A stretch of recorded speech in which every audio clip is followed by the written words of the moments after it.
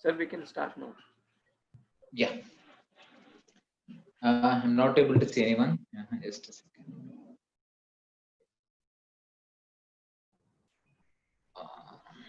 Okay. Is it okay? I'm not able to see others. Okay.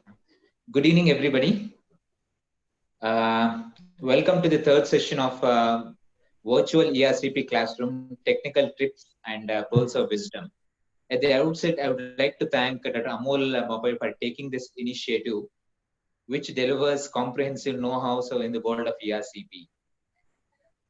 So far, the response has been very good in terms of the registrations, attendance, and interactive questions. And really, we are thankful to Amol for sharing his vast experience and with these kind of insightful presentations.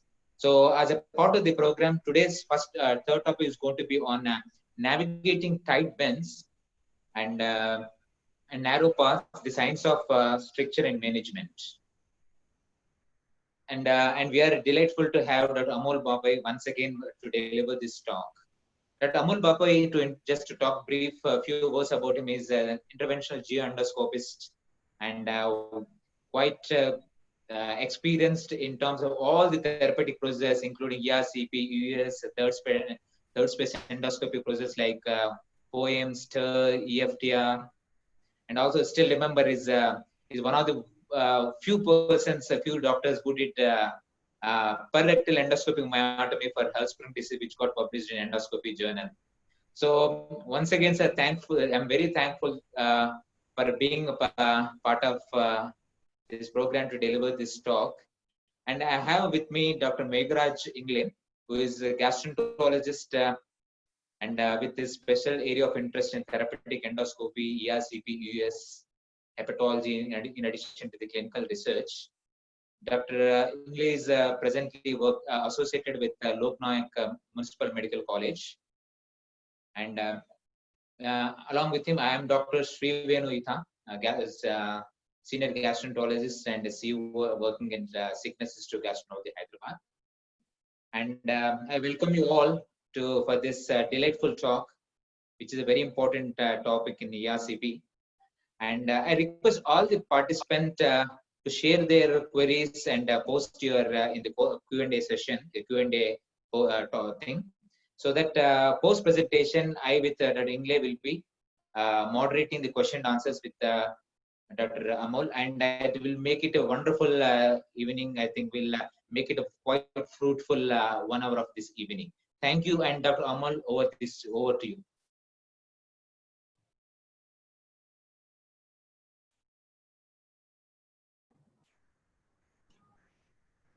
Good evening, everyone, and welcome once again to our third session of the ERCP virtual classroom. I'm sure you all are excited as much as I am to be present in this third session. As you all know, we covered two important aspects of ERCP in the last two sessions. The first one being on cannulation, selective cannulation of the bile duct and the pancreatic ducts. And then the second session was devoted to stone management. And today we will be discussing about stricture management. Now, as it has been earlier in our earlier sessions as well, the focus of these webinars is to discuss about the technical details and give you the technical tips and tricks. And we're not going to discuss too much about the literature. Of course, there will be some literature on the slides, but I will not be discussing it in too much detail. The webinar and all the three sessions will be uploaded on our YouTube channel later on, so you all can always revisit and have a look at it. And with that, let us start today's session.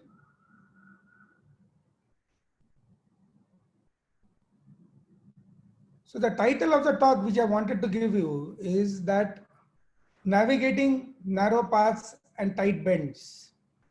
And all of us who have been somewhat exposed to ERCP will all agree that one of the biggest challenges while performing ERCP is to get across strictures and then place stents or dilate them or whatever we need to do with these strictures. So that is basically the important point. And we're going to discuss some of the science behind that. So just to give you an overview, when a patient with obstructive jaundice presents, he presents with either of these 5 presentations. But the 2 important presentations that we are going to discuss about is probably a chronic total obstruction or a chronic partial obstruction, which is most often the typical presentation in patients with malignant or benign strictures, occasionally with large stones, but that is an overlap. And what is common about all these patients in the clinical factors is most of these patients are elderly, critical, they might have a compromised clinical status, they're high surgical risks, and very often they also have an advanced disease at presentation. So when we look at a patient with biliary obstruction, we are, of course, if we can identify a stone, then that is not the part of discussion today. But if there is a stricture, then we need to identify if this stricture is associated with a mass or if there is no mass. And if there is a mass seen on alternative imaging, then obviously tissue diagnosis and staging of this patient is definitely important. If there is no mass, then there is, of course, other things that needs to be done.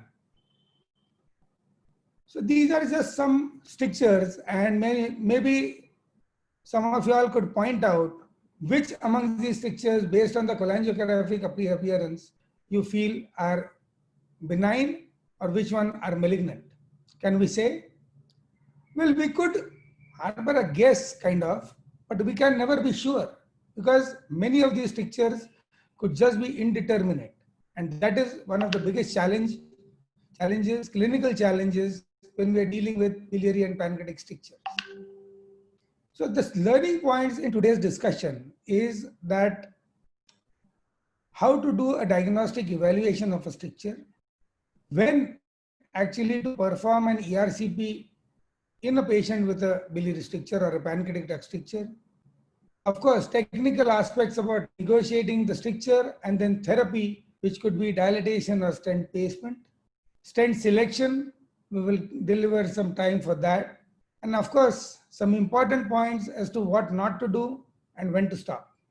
These are just the broad headings.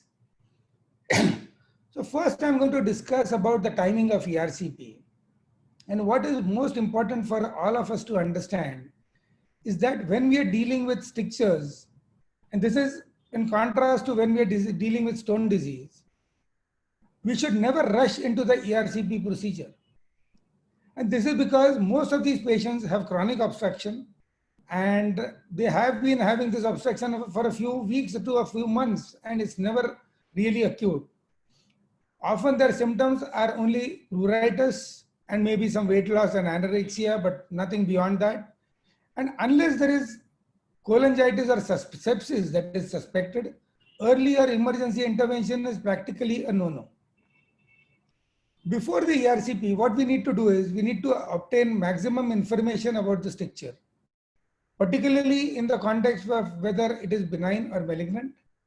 And if it is suspected to be malignant, then probably we need to get tissue diagnosis, staging, resectability, and all these things we need to assess. So when we are evaluating a patient with malignant biliary obstruction, all these patients will come with some certain common peculiarities and problems. These patients have tumors of different origin, but with a very similar presentation. But the biological behavior of these tumors is quite different, as well as the prognosis is quite different. Preoperative tissue diagnosis is often difficult, and differentiation between benign and malignant is quite difficult. Curative therapy has limitations, particularly endoscopic, but also surgical procedures are specialized, have a significant morbidity, and long-term survival is overall very often poor in many of these candidates, and therefore palliation becomes extremely important. And therefore, we cannot have one common approach for all these patients, and we need to individualize this approach when we are dealing with each of these patients. So when we are suspecting a patient with a periappullary malignancy, of course, we have the pancreatic head cancers, lower distal bile duct cholangiocarcinomas, duodenal cancers, or ampullary tumors. And is it necessary to differentiate at all? Well, endotherapy definitely aims at establishing the diagnosis, tissue diagnosis, staging, therapy, and preoperative, and whether therapy would be preoperative, palliative, or curative.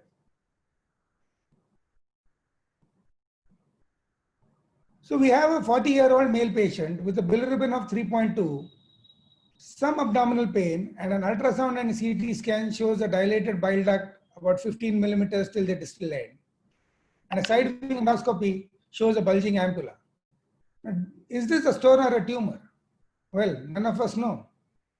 And we do an ERCP, we may either find an impacted ampullary stone or we may find an ampullary tumor out here. However, if we were to do an EUS before actually this patient for an ERCP, of course, if it's a stone, we have to do an ERCP and take it out. But if it's an ampullary tumor, this patient is saved of an ERCP and actually can go for surgery directly. And that is what is most important.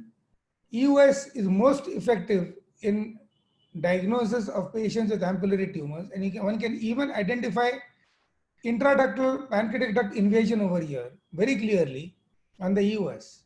And that is most important. And we can even establish a tissue diagnosis by performing a fine needle biopsy. And with that, the patient is probably ready for a resection procedure if otherwise he's a surgically fit candidate. Of course, for more ulcerated tumors, even a duodenoscopic biopsy is adequate. But for a bulging ampullary tumor, EUS guided biopsy may not always be confirmatory, particularly in a very proliferative tumor.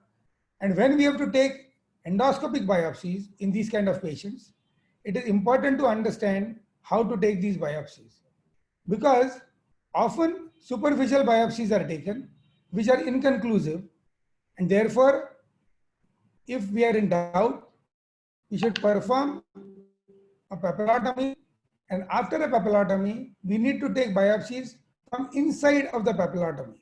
And there is typically some amount of bleeding which occurs, but one should take biopsies from the inside, from the proliferative part of the tumor, and then one can place a stent inside temporarily. But that is what is important. That is a pancreatic duct stent. Now, it is important to protect the pancreatic duct when we are doing these biopsies, particularly because if we take a biopsy very close to the pancreatic duct, there can be a risk of post-ERCP pancreatitis.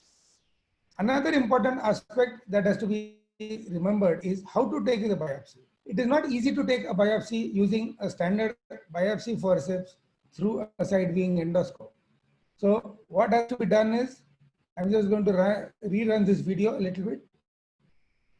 Okay, so bring the forceps out, elevate the elevator only partially, and then using the up wheel, we need to go close to the ampulla, because if you close the elevator completely, then the biopsy forceps is not going to close. Remember that.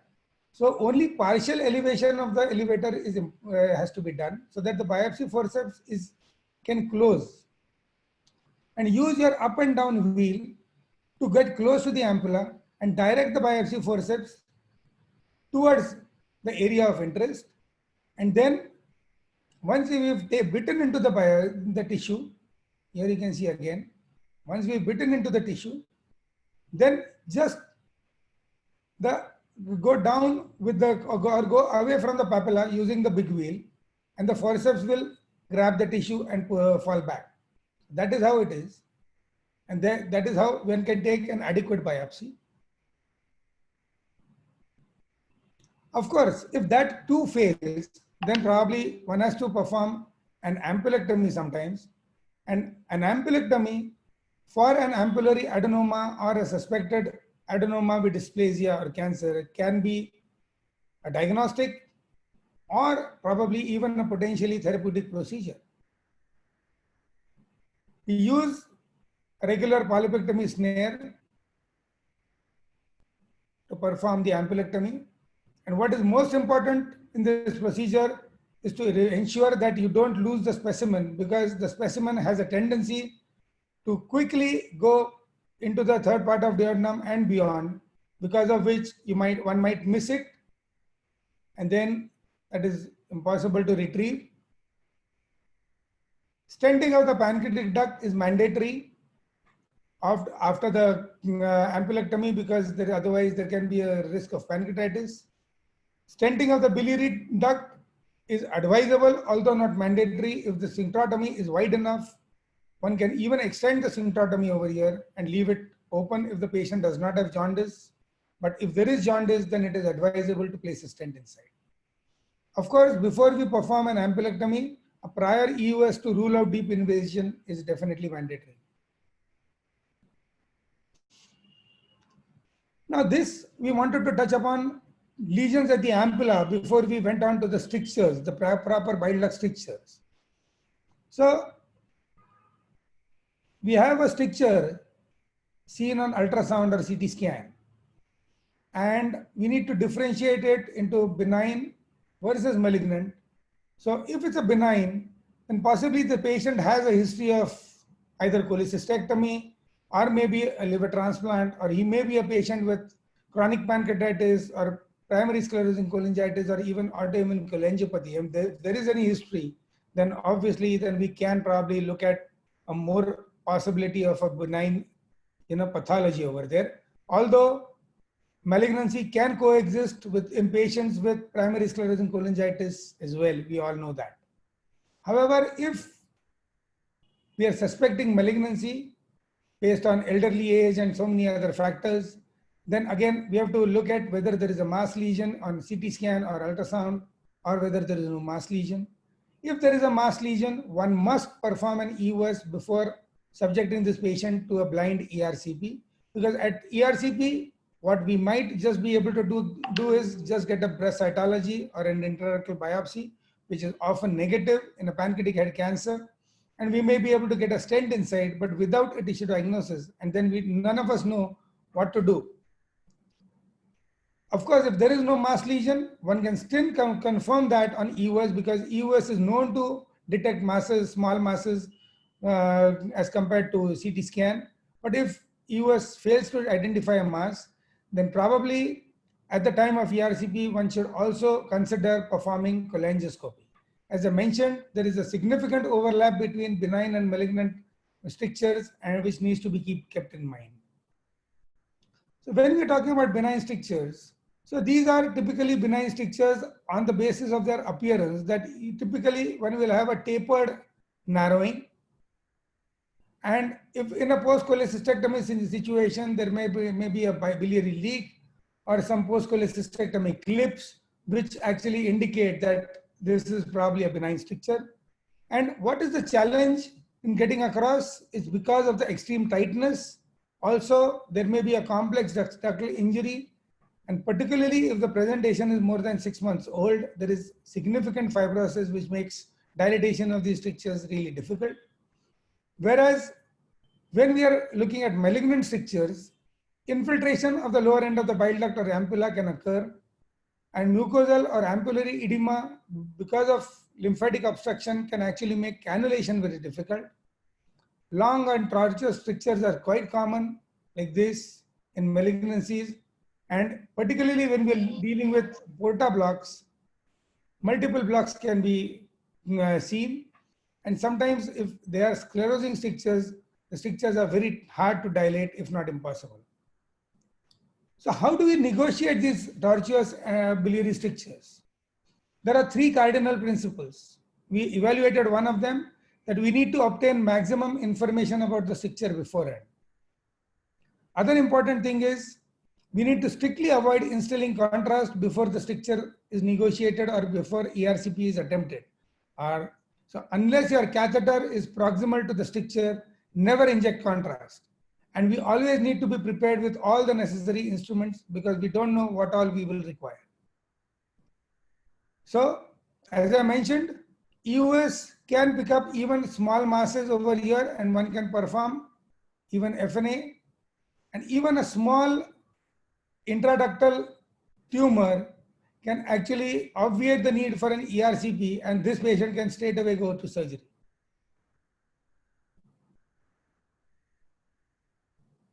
So pancreatic, for a patient with a pancreatic mass, as I mentioned, EOS FNB or FNA is the standard of care of tissue diagnosis. It is a standard of care. Now, when we are looking at navigating strictures, what are the accessories that we require? Well, we all know that we require many types of guide wires. And there are a lot of guide wires available. VisiGlide from Olympus, JAG or HydraJag or Metro, or even the Acrobat from Cook, and so many others. But with apologies to Olympus, let me say that the Terumo glide wire still is the final word as far as whenever we are talking about stricture negotiation is concerned. And of course, along with that, we require a lot of other instruments like an exchange guide wire, a catheter, either a pre-curved catheter like a sphincterotome, or a straight catheter like cannula, or even a needle knife sphincterotome, a double lumen sphincterotome, which will give us the stiffness, but it is a straight tip. So all these things are possible. So we require all of these. In addition to that, we need a judicious use of technology and technique in order to get across these strictures.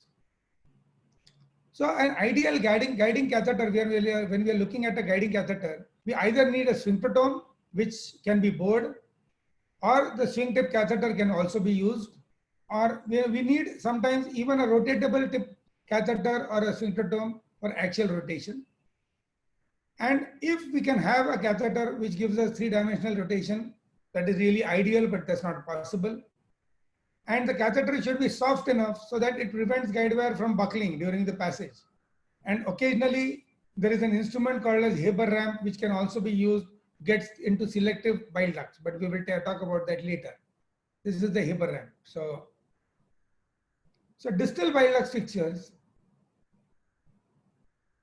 we need to position the guiding catheter in the proper direction, proper axis. And the endoscope needs to be moved in and out, to and fro. And also along with that, we need to make torquing movements of our body while we are holding the scope. And the inner catheter is moved in and out while your assistant or technician is actually moving the guide wire. So the tip of the catheter is over here, and we are trying to find the path over here. So this is a pathfinder guide wire. And unless the tip of the catheter comes in alignment with the opening in the bile duct in the stricture, our guide wire is not going to go across. Now, this is something which is very important, how the instruments are used and how the Terumo guide wire is used. You can see over here. It is, my assistant is pulling and pushing as well as rotating, and you can see what happens to the tip when he's rotating the guide wire. And we are trying to cannulate over here. This is a patient with a pancreatic head mass with a distal CBD stricture. And there finally the guide wire finds its path, and then we can cannulate. So there is a simultaneous pull and push movement, rotatory movements, and manipulation of the catheter. Now here you can see, and this is something which we still often do, removing gloves, because that gives us the most effective tactile sensation. However, from a very health perspective and hygiene perspective, this may not be always advisable. And if one is using gloves, using some glove powder definitely helps you to grasp the wire better and rotate it much better. That is something that one can do. There is also a rotation. However, this does not give us the same tactile feedback as our fingers can give. And so personally, I am less in favor of this. But if somebody is really happy with using this, then definitely it is an effective device. I will not say no to that. So that is definitely there. But what is important is there has to be a meticulous and a complete understanding between the endoscopist and the technician who's assisting in the procedure, so that each one of them knows what the other person is doing. And that teamwork is only actually what is going to, give them success in the negotiating the stricture. So here we can see some real-time, videos on that. So distal bile duct strictures, cannulation and stricture negotiation actually happens both at the same time, because the distal bile duct is collapsed, and therefore it is very often difficult for the hydrophilic wire to find the path. So we need to correct the position and the alignment, and often a pre-cut is required before one can achieve cannulation. And remember that we are going to get into the distal bile duct, and the stricture is probably a centimeter proximal to that. So beyond that, we need to manipulate with the guide wire so as to get past the stricture. So that is very important. So this is the bulging portion, and then we are going across. And then further we are negotiating the guide wire and then going across. So we need to do a pre-cut, get in the distal bile duct, and then further negotiate the guide wire. That is how it has to be. Similarly, you can see on a fluoroscopy view over here, although it's not very clear, but you will see some of the wire and everything. So multiple maneuvers, and you can see the endoscope movement also, how the endoscope tip movement is being manipulated continuously as the assistant is manipulating the guide wire. And it is a jugglery of these movements which actually gets the guide wire passed, but it is a scientific jugglery. Each one of us needs to understand what the other person is doing as well as what we are doing. It is not, so cannulation or negotiating a stricture should not be a chance event. It should be a purposeful intention that an endoscopist along with his technician should be able to achieve. That is what is important. Once we've gotten across the stricture, of course, tissue diagnosis is important. We can either achieve it by an EUS guided FNB. Now this is typically a pancreatic head mass over here, and here again a pre-ERCP EUS will give us a tissue diagnosis, and then we do not need to struggle for tissue diagnosis at the time of ERCP, as well as an intraductal mass in the bile duct.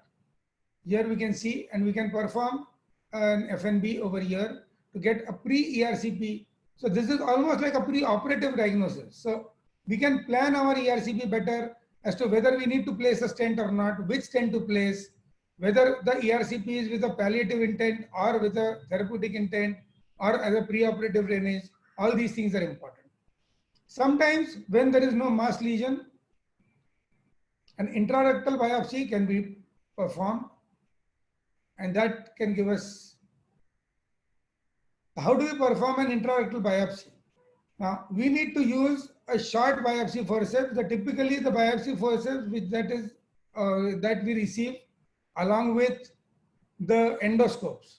So the regular larger cup biopsy forceps cannot be used for intraductal biopsy because the biopsy cups are large, the forceps are stiff, and one cannot cannulate along using these forceps.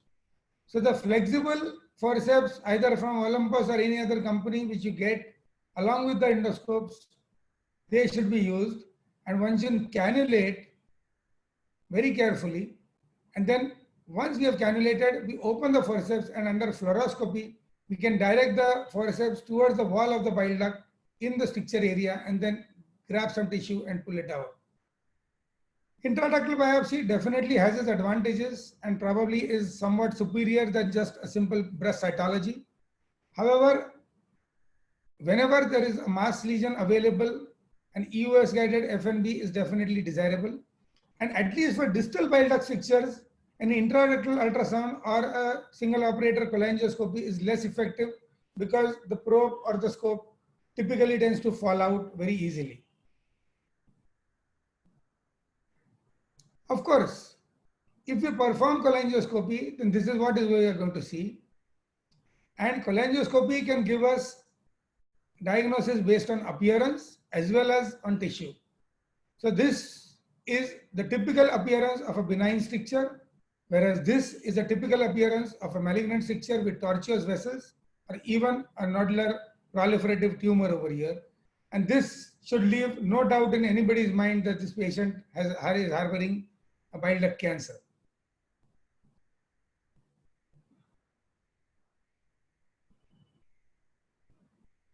Of course, we can also perform biopsy using a cholangioscope. I'm going to run through the initial ERCP and cannulation part because some of these videos were not edited particularly for this talk. So here we are passing in the cholangioscope, and that is a spy scope from Boston Scientific. And here we can see papillary projections. And we can introduce the SpireBite forceps through the channel, which is about a 1.3 millimeter channel. This is a very tiny forceps. And the tissue that is acquired is also about 1 to 1.5 millimeters. So the tissue has to be utilized and processed in a very specific manner. And 2 or 3 bites of biopsy can be taken. The advantage of a cholangioscopy guided biopsy is that it can be done under direct vision and therefore it can be a better directed biopsy. Whereas an intraductal fluoroscopy guided biopsy is less effective because it is still blind because we're not actually seeing the stricture. So there may be some lacuna that we might leave behind when we are sampling issues. Once we've attempted tissue diagnosis and once we've cannulated and our ERCP is through, then of course we need to place a stent before we come out.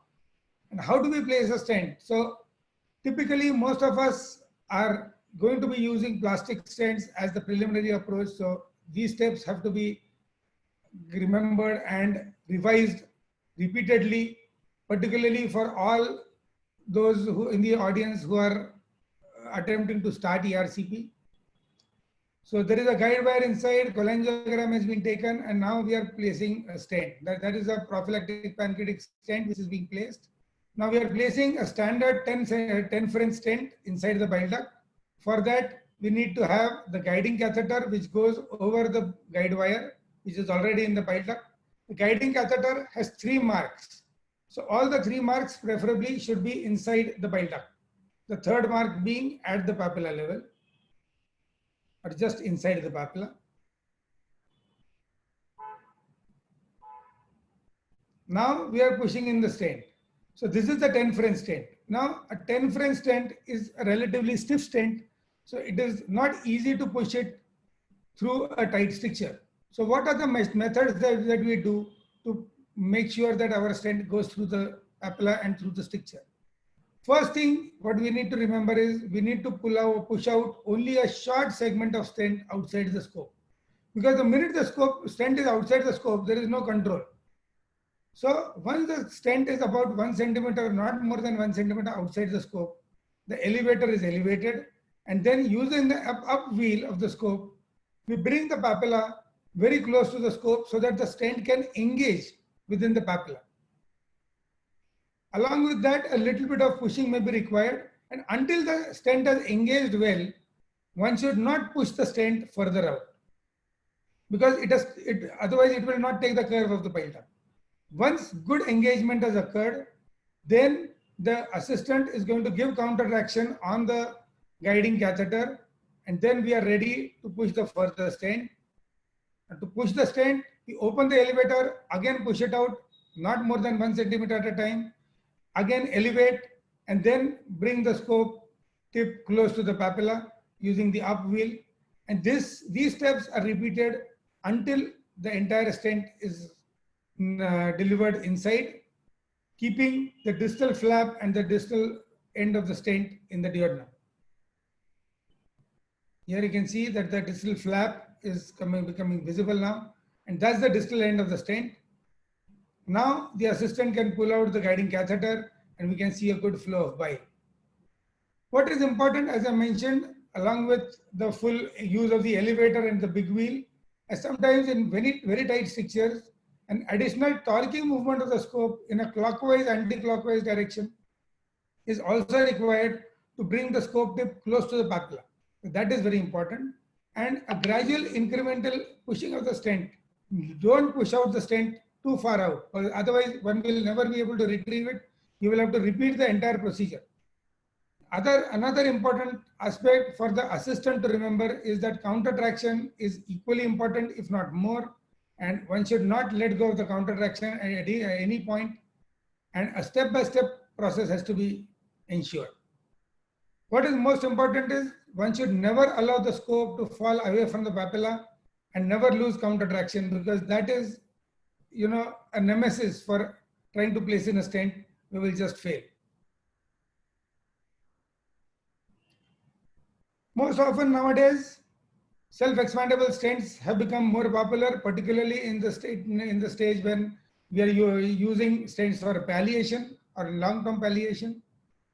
So how do we place metallic stents? That's the papilla. I'm cannulating that. And that's the stricture. Here we can see a relatively long stricture, and we will probably use a 8 centimeter stent over here. And now that is a self-expandable metal stent going across in a compressed manner. We are delivering it inside over the guide wire into the bile duct across the stricture. And once the stent is positioned, we will start the deployment. Now, many of these stents come in various designs. So this lecture is not for stents, discussion of stents, but most of them will have a distal marker which is visible endoscopically as well as fluoroscopically.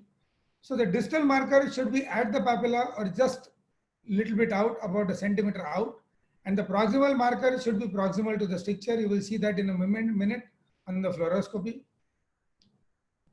And then we release the mechanism and start deploying the stent. As the stent deploys, there is a tendency for the stent to get pulled inside the bile duct.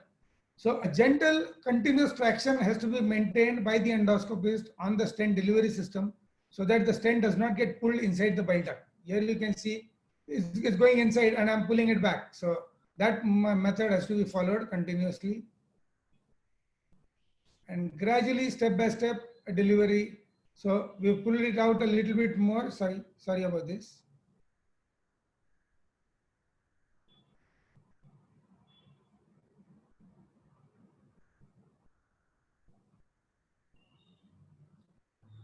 We're gradually deploying the stent step by step. We're pulling it out. We need to ensure that about a centimeter of the stent remains outside the papilla. And there, the stent is deployed completely. And on fluoroscopy, we will see in a minute, I think, there that the stent has gone proximally beyond the stricture into the dilated segment. Coming to hilar strictures, many ERCP find this as an ultimate challenge. And why is that? Because often we need to have an individual cannulation of the right and the left hepatic ducts. And very often for that, we will have to turn the patient into a supine position for accurate orientation of the biliary anatomy. Typically, left hepatic duct negotiation is easier in supine, whereas right may be easier in left lateral, but then that is a personal preference.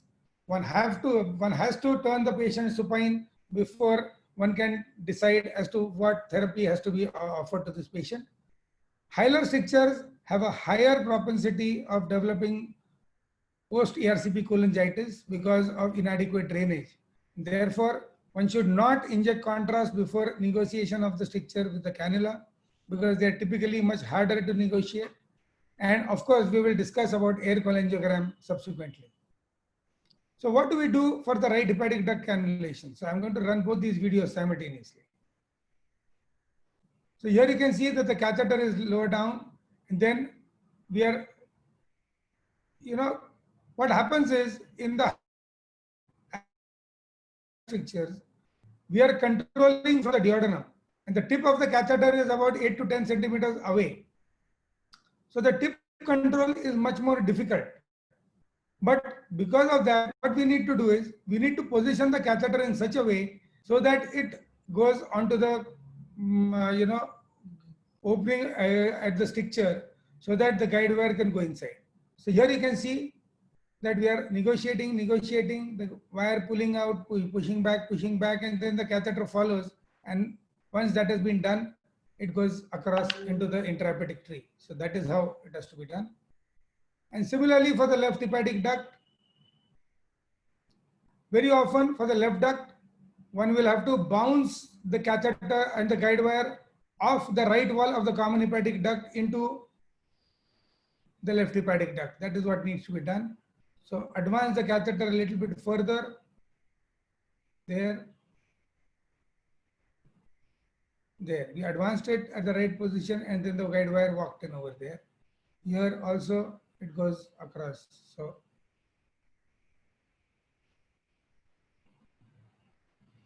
So once we've got access to the stricture, then of course comes the issue of tissue diagnosis, and cholangioscopy remains the mainstay for tissue diagnosis of high strictures.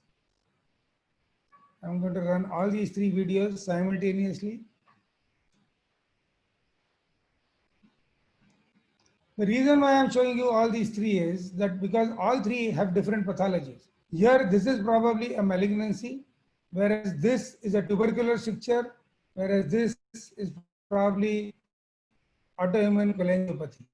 And mind you, hilar strictures very often are very difficult to differentiate just on the basis of imaging alone, and EUS is not of much value when we're looking at evaluation of hilar strictures.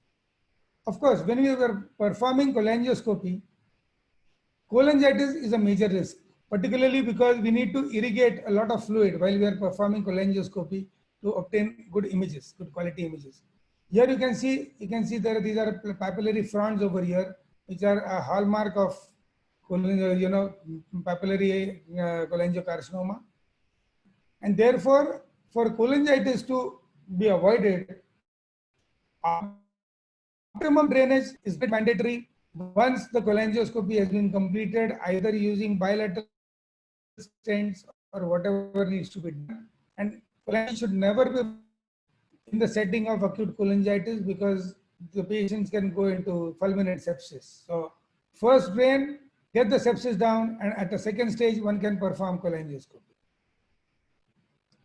Once we have stents, tissue diagnosis, and we are sure that these patients have malignancy and that too inoperable malignancy, then probably stents need to be placed, and particularly for hilar strictures, metal stents are obviously the preferred choice.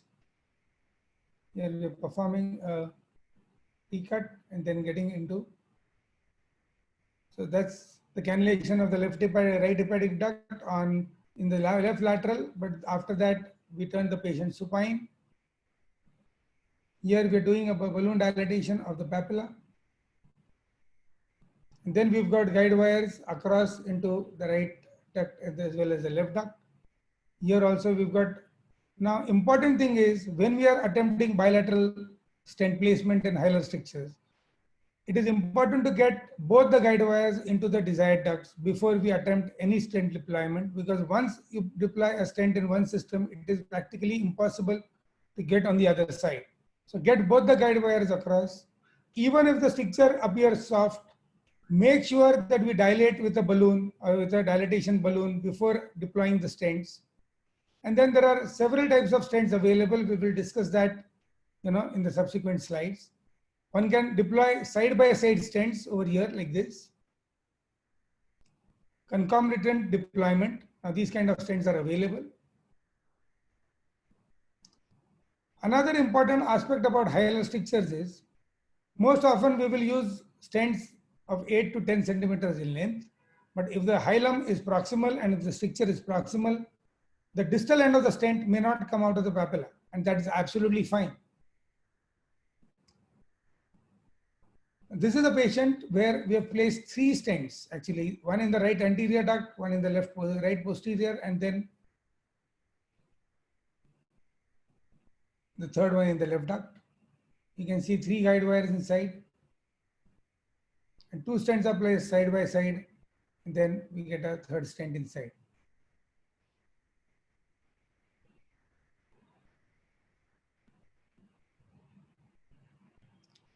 There is another way of doing a bilateral stenting, that is using a Y-shaped stent or a stent in stent approach, wherein we see this, that the left hepatic duct has been cannulated first. We get a guide wire on the other side and we opacify the right duct as well. Now this Y-shaped stent, or it is also called the LCD stent, this has a wire mesh, a wide wire mesh in the center of the stent. So that center of the central portion of the stent, which is about 1 centimeter in length, should be positioned at the bifurcation. And then we can pass the second stent through the first stent, and then we get into the other side, in this case, the right side. And then we can deploy the stent across on the other side.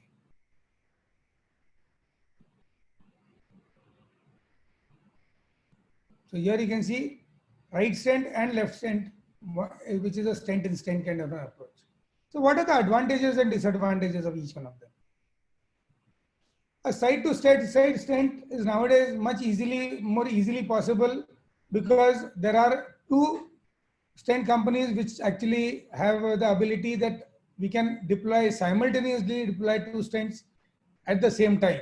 One is using the Zilver 635 system from Cook, or the other is the Hanaro system, which has a 5.8 French delivery system. So two stents can go through the instrument channel at the same time, and therefore one can have a quick simultaneous delivery at the same time.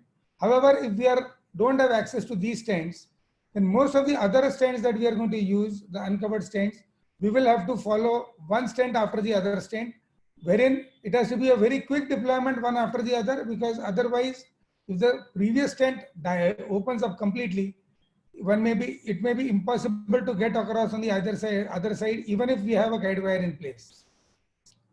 The advantage is that both these stents remain accessible in case they get blocked at a future date. So we can place new stents through these stents at that time.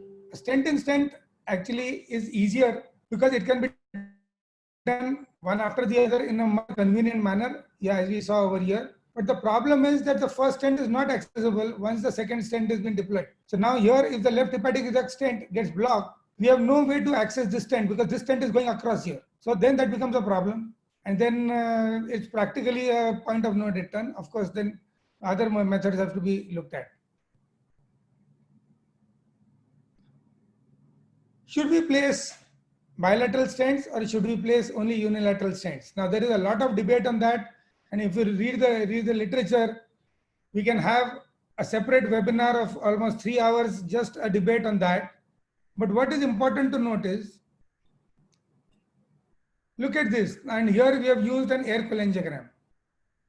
We have injected air instead of contrast, and then we have reversed the image on the fluoroscopy, which makes it dark. And here we can see that the left hepatic duct is actually dilated, whereas the right hepatic duct is not very dilated, and there could be saccular dilatations with multiple blocks at this side. This was a patient with a carcinoma gallbladder, which is known to infiltrate more on the right side as compared to the left side. So in this situation, there is really no point in trying to stent on the right side. In fact, introducing a stent on the right side may aggravate the cholangitis, because we may not be able to provide optimum drainage of all the duct segments on the right side.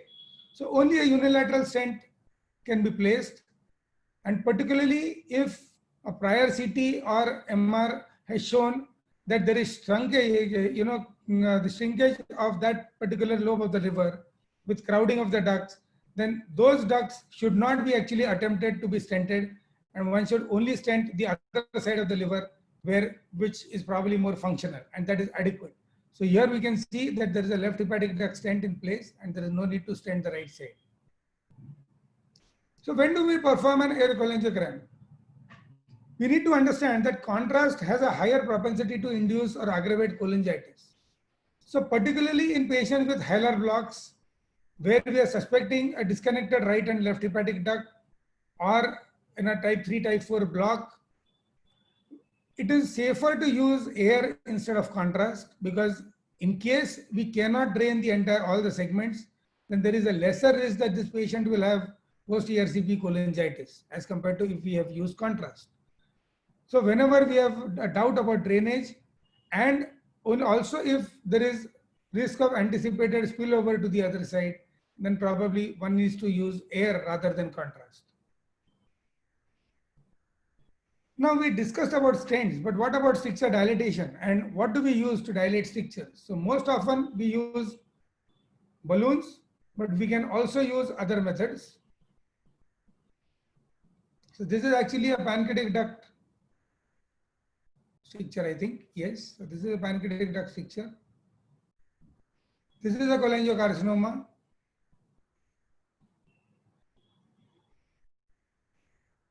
And this is a very tight stricture which cannot be negotiated with synchrotome. So what we are doing is we are exchanging over the short Terumo wire and we are passing a 6-French tapered dilator.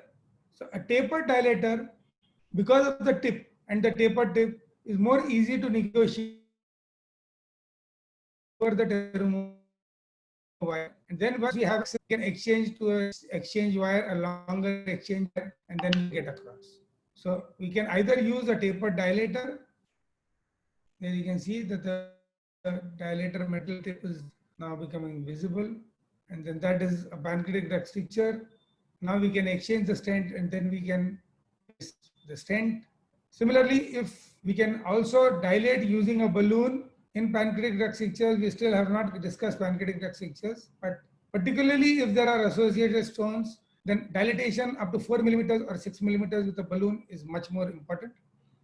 One point about using balloons, we need to make sure that the balloon that we are using has a very minimal shouldering, because some of the balloons which are available commercially have a lot of shouldering. So it is difficult to pass the balloon across the stricture itself.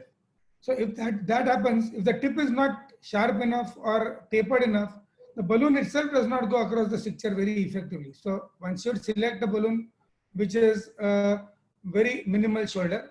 And then once it is across, one can place a stent, you can get a stent across. Sometimes using a balloon or even a tapered dilator, we cannot get across, wherein we have to use either a 6-French cystotome with a cautery, or sometimes a 7-French stent retriever, where we can screw our way across and negotiate the path across. So here, this is a cholangioscopy being performed, and then this video actually I've borrowed from Dr. Rajesh Puri. He's been kind enough to share this with me. Now we are using a 6-French cystotome over a guide wire because this was a tortuous stricture, very tight stricture, and one cannot get across using a dilator or a balloon. So we are burning our way through, cutting our way through using a 6-French cystotome, and that cores out the passage, and then we can do further therapy in this. Similarly, if one does not want to use diathermy, one can even use a 7-French retriever over here. Now, let us touch upon a little bit about benign biliary strictures and the role of endoscopic therapy. So benign biliary strictures typically are managed by using multiple plastic stents, because now there is enough evidence in the last 20 years or so that multiple plastic stents permit greater stricture dilatation. Bile can flow between the stents. What is important from a technical standpoint is we need to have the second guide wire in place before we place the second stent, the first stent. So get 2 wires in, place the third stent, the first stent. Then while we are placing the second stent, place a third wire through the guiding catheter, and then remove the delivery system, then place the third stent. That is the way it should go. Otherwise, one can get stuck. And of course, in special situations like a post-transplant situation or even a post-operative biliary stricture kind of a situation which are refractory strictures, these are special stents which are available now, which is called a Kafi stent, which is a short removable fully covered metal stent. the stent is only 4 centimeters in length.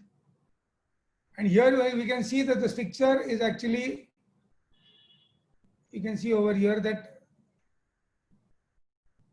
stricture is also involving the hilum. So what we have done is we've placed a 7 French stent on the right side, and then what we are going to do is place a Kafi stent on the left side, because that is the more affected segment. Now, an important technical aspect about this stent is this stent has a long wire tail. Now, this tail remains outside outside the papilla in the duodenum, which can be used to retrieve the stent at the end of 3 or 6 months. And this tail actually helps us to do that, because the stent remains completely inside the bile duct. So the deployment of the stent is standard as usual, but just look at what happens once the stent has been deployed.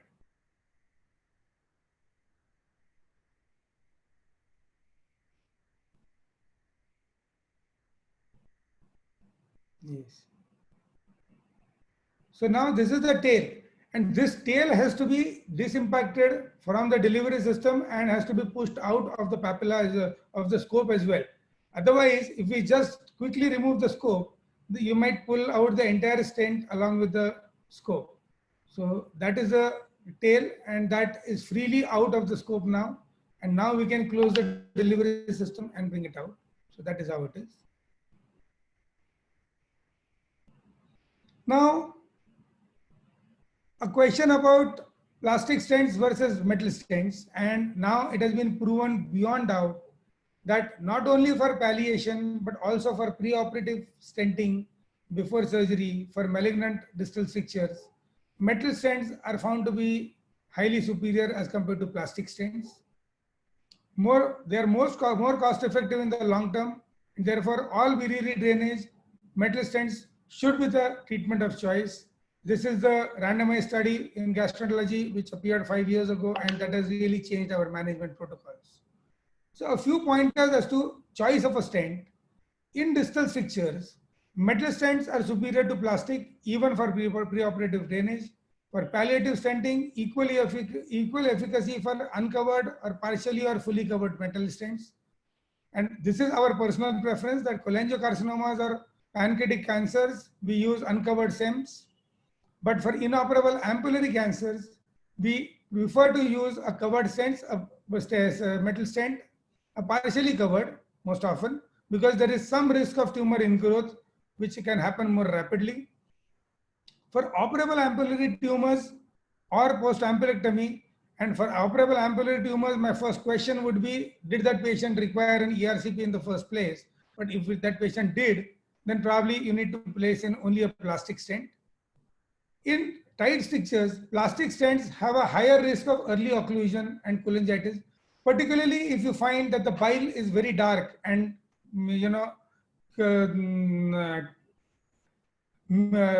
as they say, it's oily and very dark colored bile with crystals. These are the patients who are most prone to developing early occlusion of plastic stents, and there probably metal stents might prove more efficacious. Whenever the diagnosis is in doubt, of course, one should never place an uncovered metal stent.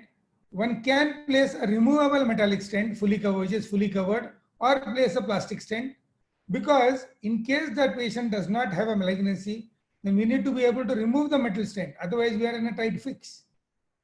For benign strictures, of course, plastic stents are the first line, and only in refractory cases one should go for metal stents. For hilar strictures, if the tumor is operable, then probably plastic stents have to be used. But because fully covered metallic stents cannot be used for hilar, and uncovered metallic stents should be used only after confirmation of cancer.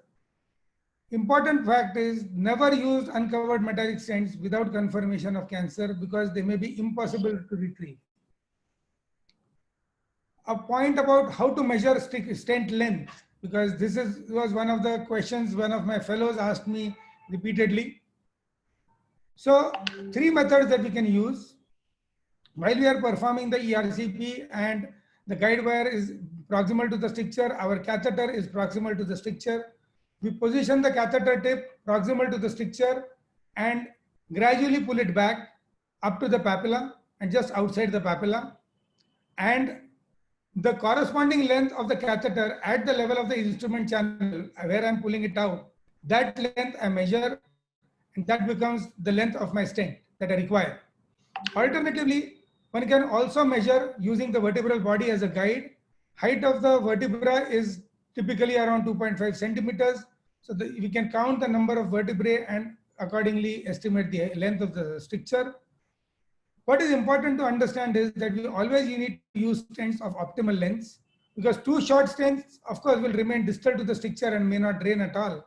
But even if the stent is too long, it can cause a sump syndrome, particularly when we are using either plastic stents or fully covered metallic stents, so that the drainage is not optimum, and then that can lead to cholangitis and fever in the post-procedure period. So that is important to understand. Now, a few slides on chronic pancreatitis as to the philosophy of treatment of these dominant ductal strictures. The principles remain largely the same.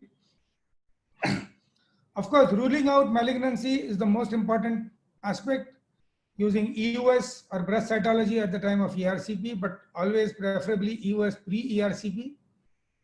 The stricture has to be dilated using multiple sequential stents or removable metallic stents. If there are associated stones, we need to treat them. And either multiple stents or fully covered metallic stents are placed until a full maximum diameter is achieved. And stent exchanges have to be prophylactic rather than on demand. And we need to recognize stent-induced complications early, and the endpoint of treatment is complete stricture resolution. So we know about cannulation of the pancreatic duct from left to right. It's just a revision for those who attended the earlier sessions. Pancreatic strictures are typically much tighter and much more tortuous, and so the manipulation of the guide wire and subsequently even during stent deployment has to be probably much more in most situations. So the guide wire has to be deep inside and good counter traction has to be given. Without that, we will not be able to place the stent across. That is important. Sometimes, as I mentioned, 6-vein cystotome or a tapered dilator may be required to be used. And if the stricture is refractory, then a fully covered metallic stent has to be used. Of course, any sludge or stone debris has to be cleared out before we place the stent. Now, this is a fully covered removable metallic stent with a silicone membrane. You will see the silicone membrane once the stent is deployed. And this stent can remain inside for up to 6 months.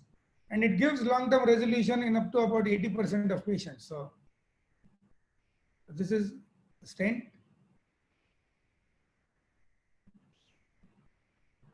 A word about role of pancreatoscopy, although it is not as established as cholangioscopy, but particularly in patients with suspected IPMN, sometimes we may require to perform pancreatoscopy to assess the extent of the IPMN within the pancreatic duct. Here we can see IPMN over here with a gaping papilla, cannulation.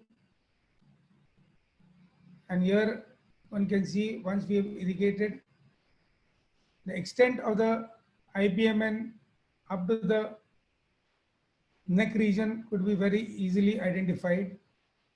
The image is not the best because this was the old generation spice cause, but here you can see that the papillary fronts very clearly. However, if there is a mass seen, of course, EUS guided biopsy is always the way to go better. Occasionally, we may encounter strictures which are impossible. And what do we do for them? Well, we can perform an EUS guided biliary drainage, either a rendezvous approach or a transmural or an anterograde. I specifically left out this topic because that is a webinar on its own. Also, percutaneous approaches can be used with either an external drainage, rendezvous, or an internalization, or occasionally surgery could also be performed in form of a biliary bypass. Therefore, friends, to conclude, some take-home messages. The first message is never rush the ERCP for a stricture unless this patient has cholangitis. And pre-ERCP of the diagnosis of the stricture is always desirable, and ERCP should be reserved only for therapy or for tissue acquisition from the inside the bile duct. For distal strictures, EUS or ERCP with an intraductal biopsy with or without cholangioscopy, whereas for proximal strictures, cholangioscopy with biopsy are the ways to actually achieve tissue acquisition. We must use an hydrophilic guide wire for cannulation, and let us not compromise on that, otherwise our success will get compromised. Judicious selection of the stent length should be performed, and dilatation should be considered before stent placement. Whether we use a metal stent or a plastic stent depends on the etiology, the future plan, and the patient's prognosis. And impossible strictures should be treated with alternative methods. With that, before I conclude, just a reminder that negotiating the narrow paths and the tight bends can never be, this is the best example of teamwork, because this is something that none of us is ever going to be able to achieve unless we have the assistance of our technician or assistant. And this teamwork is most important, in addition to, of course, good understanding of the lesion anatomy, using the appropriate accessories and imaging, and using a proper technique and perseverance.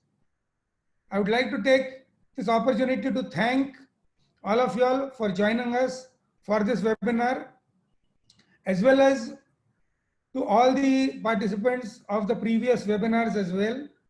I would like to thank all the moderators of all these 3 webinars for taking out time for these sessions and making these webinars so much more interactive.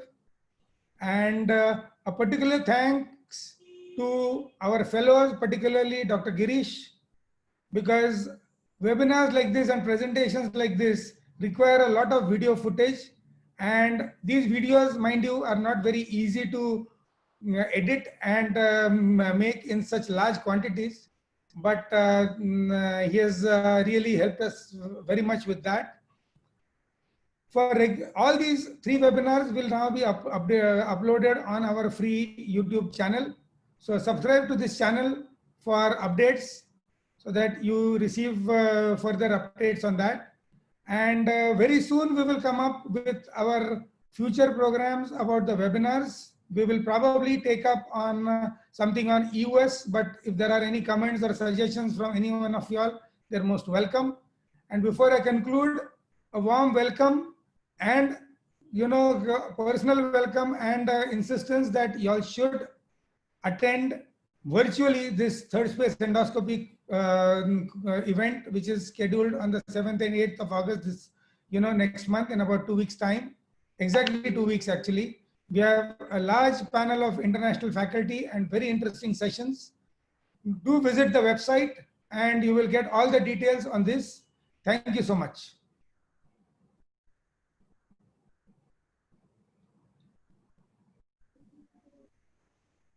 So Shrivenu and Meghraj, over to you, both of you all. I hope I was within time, or I did not overshoot the time too much. I hope so. I think Meghraj, you want to talk or you want me to say something? No, you can say. As usual, sir, the talk was excellent, lucid, and to the point. And whenever such interesting talk is going on, I don't think any of the participants or attendees interested in ERCP would actually be looking at the watches to see whether time has extended or not. So even I was not aware whether you have extended your time, because every other slide was giving some tip or the other, which at any point in your career is always a good thing to know and to revise and get your basics right. So as usual, a very excellent presentation. I think everybody, including Dr. Shrivenu, would agree to that. So, Dr. Shrivenu, should we start on with the questions? Yes. Before saying, sir, Dr. Amol, it's a very wonderful talk. Really, you covered the practical aspect, which really You cannot get it in the textbooks. This is only, I think, if you see the live endoscopy or beautiful talks like this. I think it's going to be a very useful session for all the juniors who really budding ERC women, really budding gastroenterologists, budding therapeutic endoscopy, who really want to do good ERCP. I mean, you really given a very good practical tips.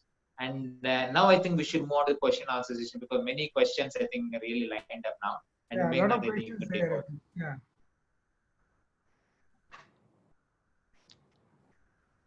Yeah, so I think, yeah, there is a question actually how to identify the papillary and papilla in an ampullary malignancy.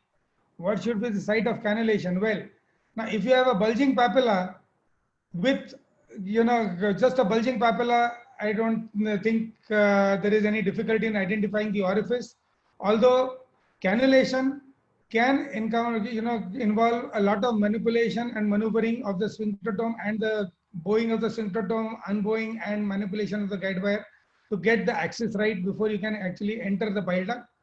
But in an infiltrated papilla, when the medial wall is completely infiltrated, well, there are, honestly speaking, there are not much guidelines, or there is no single method that can prove effective all the while. I can always, at the most, give you a few pointers. You may see a drop or two of bile or something yellow in that midst of, a fleshy mass over there. And then you could probably try cannulating over there. Make sure that your direction of cannulation is absolutely, spot on. Because otherwise, even if you are at the opening, if your direction is not proper, you may not get into the bile duct, and then it is finished. The other important point is, when you have an infiltrated papilla with just a fleshy mass over there, don't be in a hurry to touch that area with your instrument. Once you are at the papilla with your duodenoscope, just spend 3 to 5 minutes observing. Look at the duodenal anatomy, look at whether you can see any intramural bulge of the bile duct, whether you're getting any pointers, whether you're seeing a little bit of bile somewhere, all these things, because these are the pointers which will be useful for you to select your optimum point where you want to attempt cannulation. Because mind you, in this kind of a situation, you may at the most get 2 or 3 chances at cannulating. If you get in, that is fine. But if you don't, by the time you've made 2 or 3 attempts, the tumor starts oozing and bleeding, and then everything becomes a mess, and you just have to probably abandon the procedure and come back some other time, or you may have to resort to either an EUS guided approach or even a percutaneous approach once in a while. So that is a possibility. So that actually covers that question. Anything else, Srivenu or Meghraj, you want to add? You can add that. Sorry, Dr. Shivanu, yes. Yeah, go ahead. There's a couple of points which Dr. Bapai covered. One is it is very, very imperative not to hurry, because many times these masses are friable and they just start to bleed the moment you start touching them. And after 2 or 3 attempts, there will be so much blood that you will not be able to visualize absolutely anything. So be very careful. As he said, spend some time. If the mass, just a little bit of gentle flushing sometimes helps us to recognize if bile is coming out from somewhere. So in this fleshy masses, sometimes it is difficult. One point which sometimes I find it easy is that if you have a fleshy mass and you can get to a junction where there is a slightly normal mucosa and where the abnormal mucosa starts, occasionally just below that junction with a slight bow and putting a scope slightly forward, just touching it with a slight bow and putting a scope forward with direction towards the bile duct. Now, as Dr. Bapai said, directing towards the bile duct, so make sure that your direction is right. And sometimes just seeing the fluoro also helps us, whether a scope is in position and your sphincterotome is in a direction of the bile duct, and trying at that area, sometimes it helps. So yes, spend some time. And as Dr. Bapai said, make sure you are in the right position.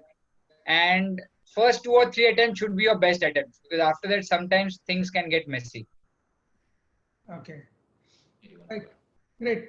Maybe Srivani, you and Meghraj can just go through the questions and tell me which Yes. one should take, because Yes, there might be I think repetition. we should, because you already covered some of the questions. I think that's what I could see in this question. We'll try to see which are more practical questions, and will pick it out. Yeah, there is one question from Dr. Nachiket Dubey. Yeah. Yeah. Hilar stricture should not be attempted endoscopic drainage. I think Yes. type 4, hilar stricture is something which is beyond the reach of an endotherapy, I think. Type 3 also is borderline, but type 4 definitely. So if there is multiple levels of obstruction, then probably endotherapy is not the way to go. And can we avoid even putting air in a hilar stricture if we have good MRCP? Well, yes, you can, but I honestly, if I'm, you know, there can sometimes be surprises, and I would be very wary of placing a stent without, you know, confirming that my catheter is proximal to the stricture. So, you know, technically, yes, I can superimpose the MRCP on the ERCP and I can say that, but it's not that easy always. There can be some limitations in the MRCP.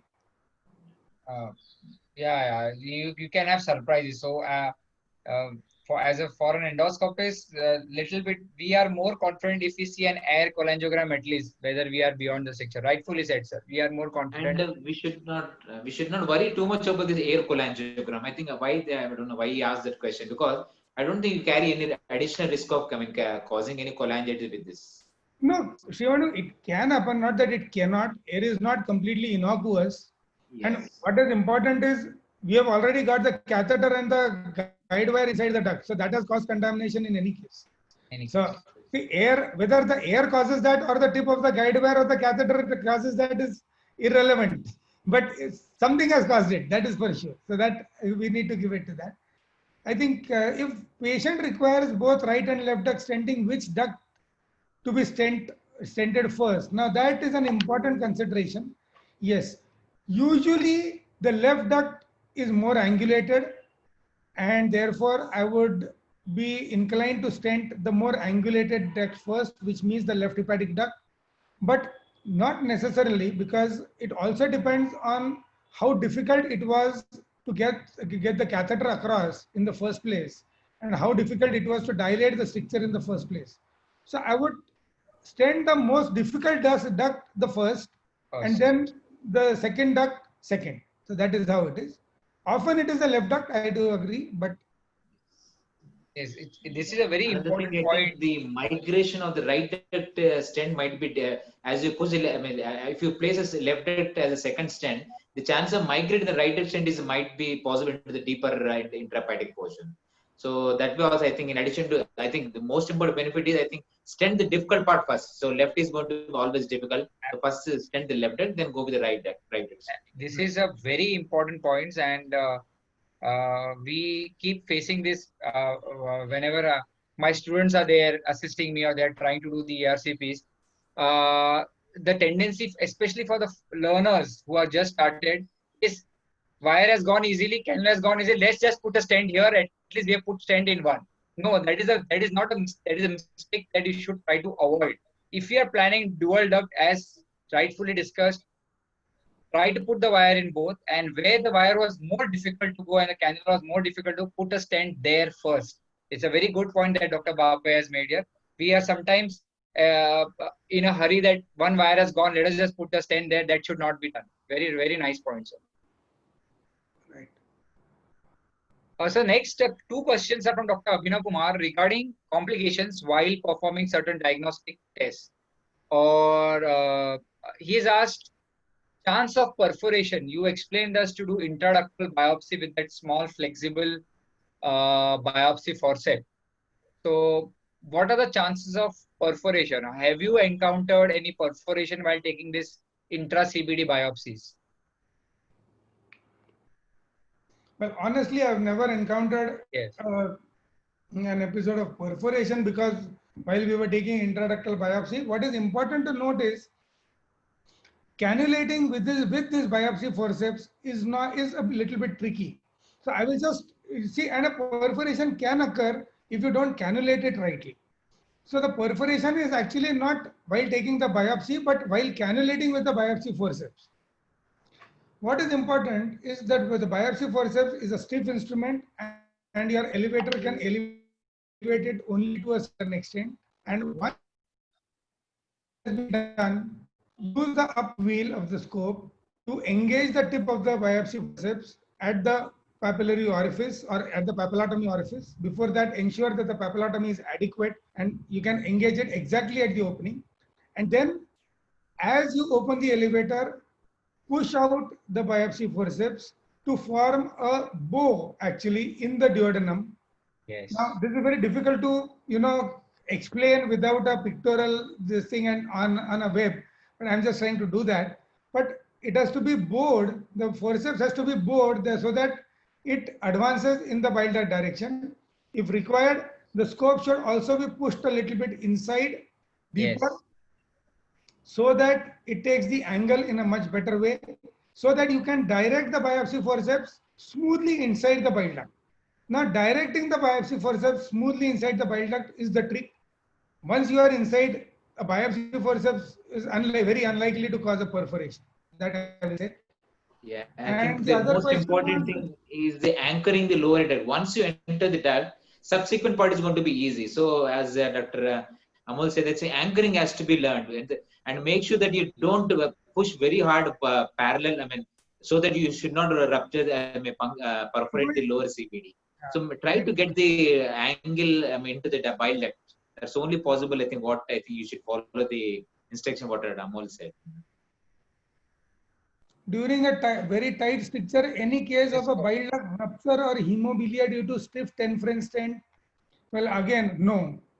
The only time when one can have hemophilia while cannulating or while negotiating a stricture or either placing a stent, most often if this is a patient with a portal biliopathy associated stricture. Now, these are the situations where one can encounter bleeding, intraductal bleeding and hemophilia. And occasionally, if there is a cholangiocarcinoma, which is also involving the portal vein or the hepatic artery, and it's an advanced cholangiocarcinoma, and there is actually a fistula between the bile duct and the portal vein, then one can have torrential bleeding. But otherwise, very unlikely.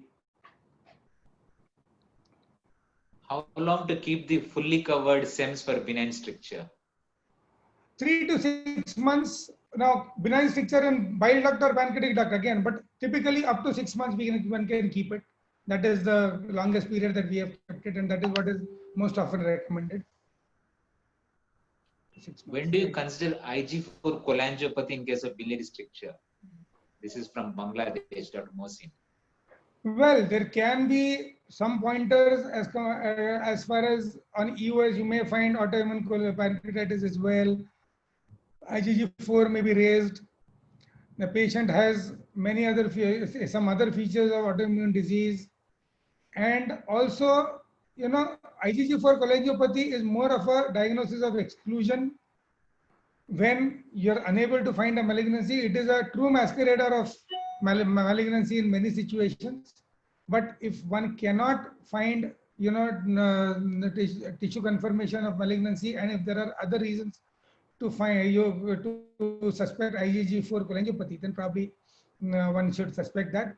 Of course, tissue diagnosis would be the answer, intraductal biopsies, and staining with IgG4 immunohistochemistry is the way to go, finally, right?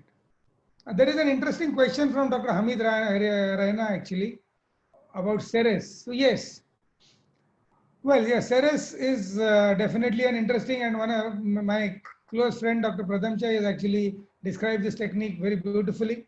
That hilar strictures, ERCP plus EOS guided biliary drainage approach. So we stent the right duct through the ERCP route, and we do a EOS guided hepatogastrostomy for the left hepatic duct, so that both the ducts drain separately, one in the stomach and one in the duodenum, and they can be accessed much more easily. Well, that can be done, and we have done a few cases of that. I would put it as one of the alternatives of treating hilar strictures. I would still say that whenever possible, an ERCP and bilateral stenting approach could be a more more practical approach because it saves the patient one more additional procedure, and particularly it saves the patient a transmural procedure which probably has a slightly higher risk of leakage and biliary peritonitis as compared to a bilateral stenting. But this procedure definitely is something as a fallback option in case the anatomy or during ERCP one is unable to stent bilaterally. If that is going to happen, then probably put in a stent on the right side, and then one can go EOS guided on the left for the left lung. So that can be done.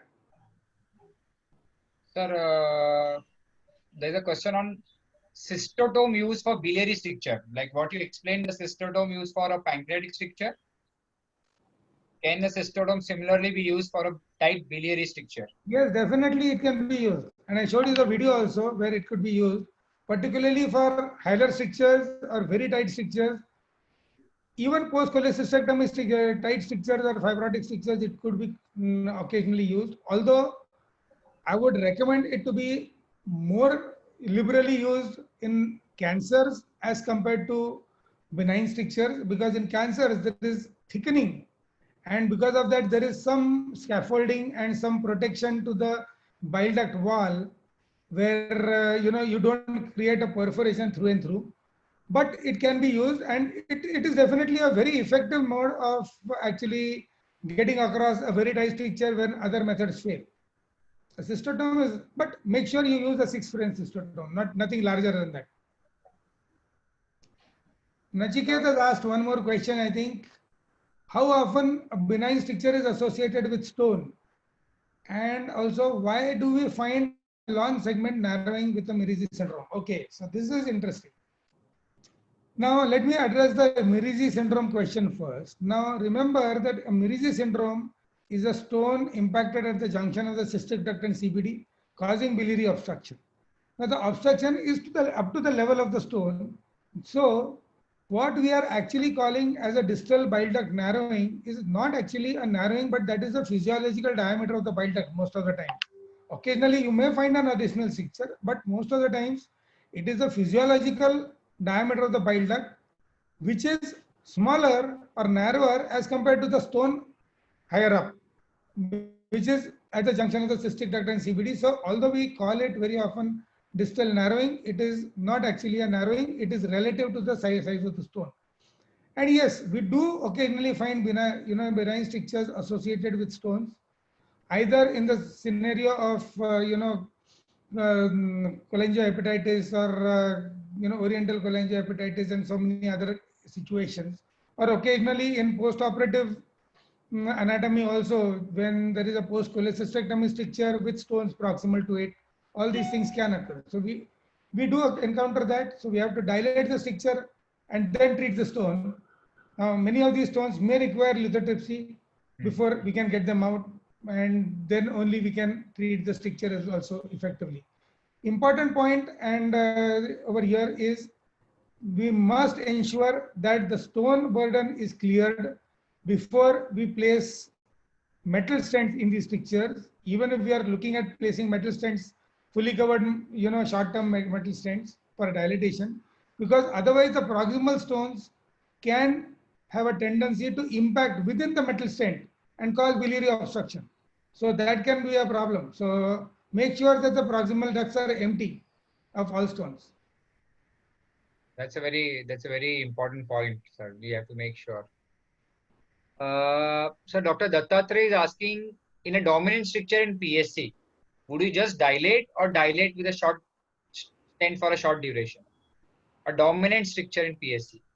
Yeah, that's a very important question actually, because I think must have missed this point, or in fact I kept it in mind, but I probably forgot to discuss this. PSC literature wise, they do mention that only dilatation is probably superior to stent placement. So one should attempt at only dilatation as far as possible. But having said that, if these patients have deep jaundice, and if there are other signs of cholangitis as well, or pyogenic cholangitis as well, running fever or something of that sort, then probably you need a stent in addition to that.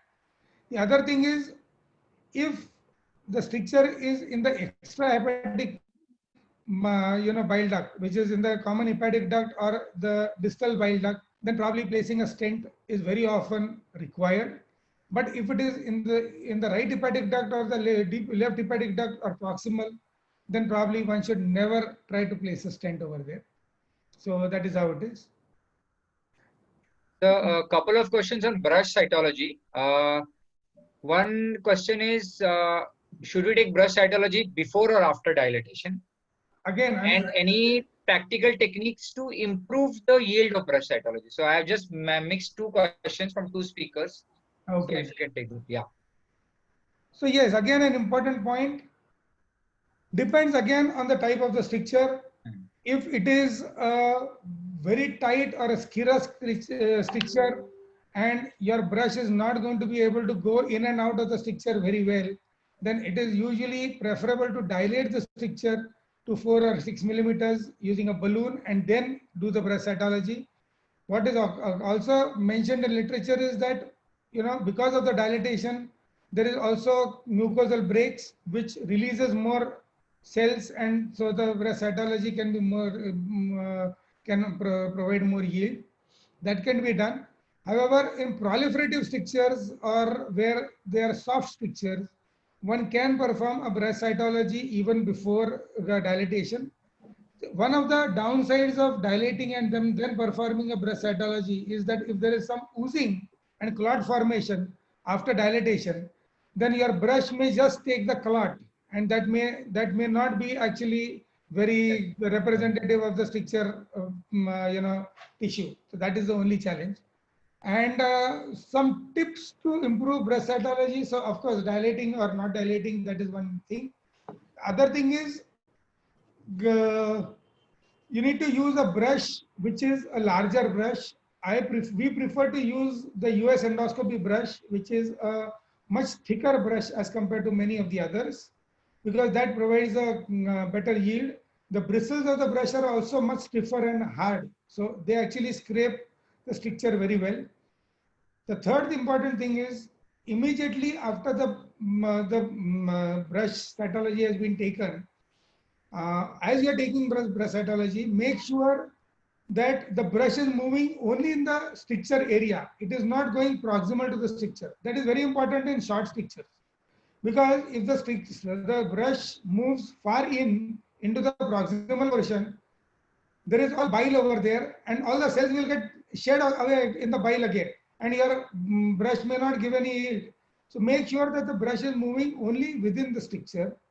Again, monitor on fluoroscopy and make sure that there is movement on the brush and the tip of the brush, so that you can see it actually moving within the stricture, because sometimes the brush may just get stuck and you get a feeling of false movement.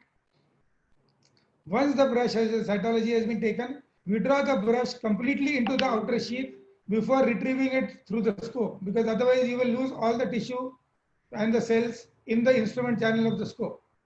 And immediately, as soon as you retrieve the sample, the brush, you can give it for spreading onto the slide, or the best way is actually cut the tip of the brush, put it in formalin solution or into tissue preservative solution, and send the brush for directly to the pathology lab. That gives the best results. However, if we are constrained for reusability, then probably that is not an option. So that can be. These are a few of the tips. Air cholangiogram. Yeah. Air cholangiogram. Yeah. One is many times air cholangiogram does not give good image. Any tips to improve on it? This is the first question, and other person also asked another question more about air cholangiogram amount of air. Okay, so maybe you can combine these two. Khaled and Ravindra Gadhe, who was the moderator I think he also had to be a moderator at some session, so he was busy, but he's good to see that he's joined today as a session attendee. Air cholangiogram, the reason why very often it does not give a good image is because we have injected only too little of air. So typically we start with 5 ml aliquots. So put in 5 ml, put in more 5 ml till you get a good distension of the biliary ducts. You need a good distension. If you just put too little, you will not get a good see, the bile inside the ducts has to be displaced so that you get a good anatomy. So you need displacement of that, and very often if the ducts are grossly dilated, you will need a significant amount of air. So there is no fixed amount that one can say. So use 5 ml at a time and quickly put in 5 ml, 5 ml, 5 ml. The other important part is, as you saw in the video as well, if your fluoroscopy unit or the C-arm has the ability to, reverse the image black and white, that gives you a better clarity as compared to, because air looks white on the regular fluoroscopy. But if you make it black by reversing the image, then the clarity is definitely improved. And very practical question, how to manage impacted plastic bile duct stents? Now the issue is where impacted? Impacted inside the bile duct or impacted on the opposite wall of the duodenum or what? And also without migration. I think migration will make a lot of problems. And that's the important thing, I think. With migration or without migration? Okay, so migration of stents typically is more often seen with stents which are placed for stone disease rather than for stricture disease. Because when we are using stents for stricture, the stricture itself holds the stent in place. Whereas in stone disease, the stent is just lying loose, and then there is a more tendency to migrate inside the bile duct. Now, there is again no fixed method of that you can follow for a migrated stent. But if it is proximal to a stricture, the first thing you need to do is cannulate the stricture, dilate it, and then probably attempt either cannulation of the stent, after which you can use a retriever or a balloon to inflate and catch hold of the stent and pull it out. Or another option is to put in a rat tooth or a foreign body forceps inside and try and retrieve it. But stent migration proximal to a stricture is always very difficult, much more difficult to treat as compared to stent migration in a stone disease. So occasionally you may encounter a situation where you may have to just place in another stent and let the previous stent be inside without touching it at all. So that could be a possibility as well. If the stricture is very tight and one cannot get any instrument across it. I think it's many times a combination of procedures that work. Sometimes Beren will help out, sometimes Domia will help, sometimes so on the stent retriever is going to. So I think we have to try the different combinations. So it all depends what works. All these methods are basically for stents placed for stone disease. Correct. When you are talking about stricture disease, you've got a distal tight CVD stricture, say because of chronic pancreatitis or CA pancreas, and then you've got a plastic stent proximal to the stent, proximal to the stricture. Then that you can't get a Dormia basket inside, you cannot get a forceps inside, nothing can go. Yes. That becomes a challenge. Yes. There is a lot of recent papers that have shown resectable malignancy is not a contraindication for uncovered metallic stents. That is exactly what I said, that for preoperative drainage, metallic stents are the way to go rather than plastic stents.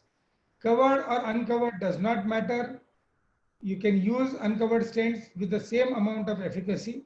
What is important to understand is we need to have a tissue diagnosis in place and confirmation of malignancy before we decide to place an uncovered stent.